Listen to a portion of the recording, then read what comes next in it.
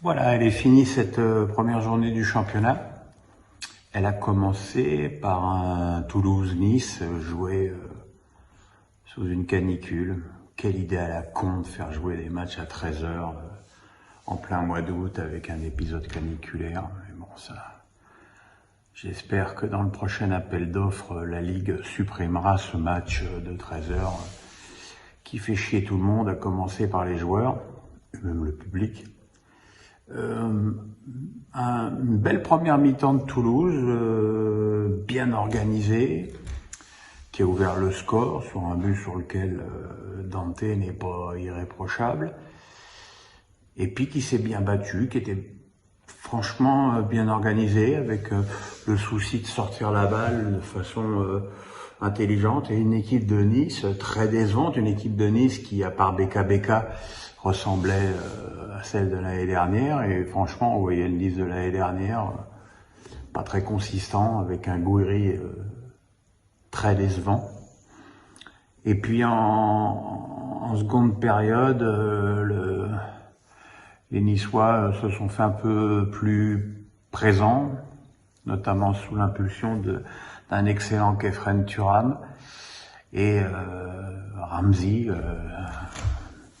est rentré et a marqué un très joli but qui donne un nul intéressant pour Toulouse et correct pour Nice. Dans les matchs de 13 heures, Lille a atomisé une équipe d'Auxerre qui va devoir se mettre très très vite au point sur le plan défensif, parce que tu peux pas être mené 2-0 au bout de 3 minutes de jeu. Évidemment, le visage du LOSC a beaucoup changé. Jonathan David, qui devait partir et qui finalement est resté, a mis 2 buts. Et on a vu une équipe de Lille extrêmement offensive, avec un Cabella qui n'était pas là l'année dernière et qui a fait 2 passes décisives.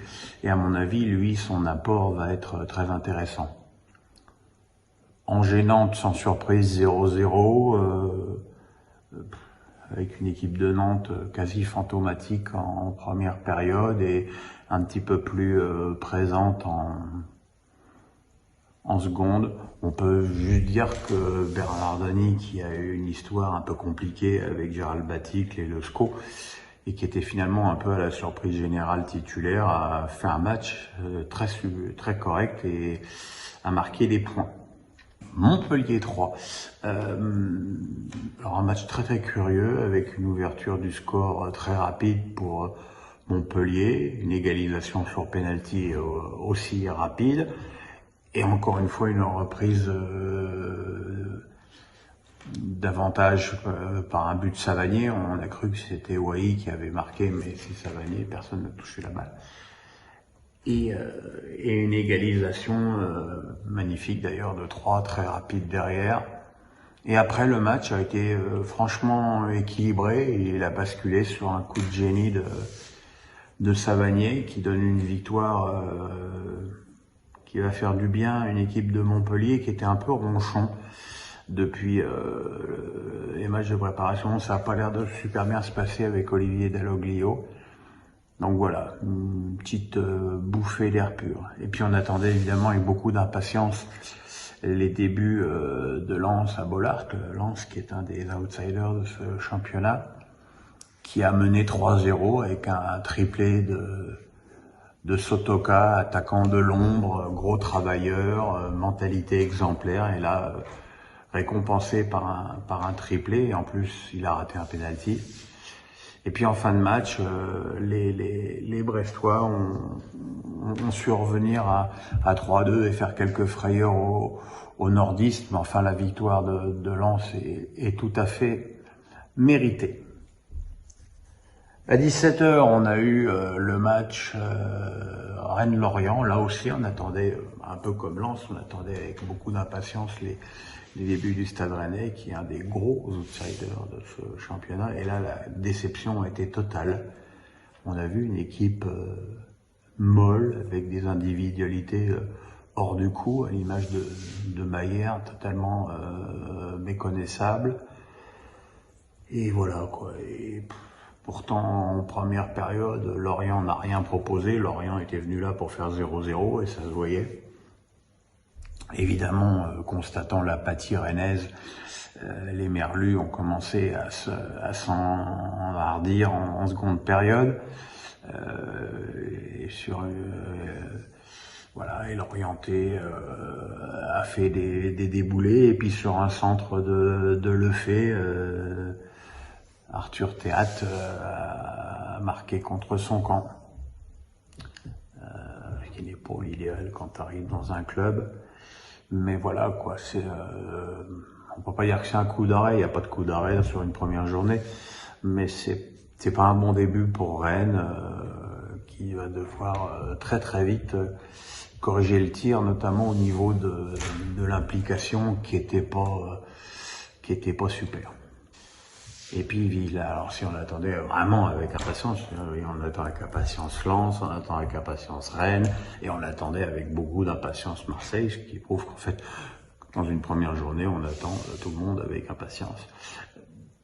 Marseille qui accueillait Reims avec qu'il faut reconnaître un truc à Tudor, c'est qu'il a des couilles, parce que le mec il est contesté, conspué par le public du Vélodrome à l'annonce de son nom, et il commence son premier match en laissant Payet sur le banc. Donc le mec, en tout cas, c'est ce qu'il fait, et c'est à mettre à son crédit. Et Marseille a fait un match évidemment très différent du jeu proposé par Sampaoli, où il y avait une grosse possession de balles, beaucoup de passes, pas toujours très utiles, mais beaucoup de passes. Cette volonté d'user l'adversaire avec la balle. Et là, non, c'est beaucoup plus direct, ça se projette beaucoup plus vite devant, il y a plus de pressing, c'est totalement différent. Et Reims a été trahi par un de ses meilleurs joueurs, Wout Faes, qui a marqué contre son camp sur un excellent centre de Klaus, avant que Tavares, avant la fin de la première période, ne marque un très joli but du pied droit. Voilà, la deuxième période a été un petit peu plus équilibrée, on va dire. Les Rémois ont réagi, une équipe de Reims qu'on peut pas vraiment juger sur ce match parce qu'elle était décimée. Et il manquait trop de joueurs pour qu'une équipe de ce niveau-là puisse espérer faire un résultat à Marseille. Et puis Luis Suarez, dont le moins qu'on puisse dire, qu'il n'était pas précédé d'une réputation très flatteuse, est rentré et a mis 2 buts de buteur, un sur un cafouillage et un sur un service magnifique face au but vide de Bakambu. Mais voilà, il débute son championnat par 2 buts, et on le sait, un attaquant, quel que soit son niveau, quand il a confiance, il devient dangereux. Donc voilà, Tudor, je ne dirais pas que ça a tout gommé, mais ça lui achète du crédit pour les semaines à venir. Ça va lui permettre de travailler un peu plus sereinement, si c'est possible, à Marseille. Mais voilà, c'était un match intéressant contre une adversité là aussi assez faible, en plus compte tenu des absences côté rémois. Voilà les enfants, à demain face à Pierrot.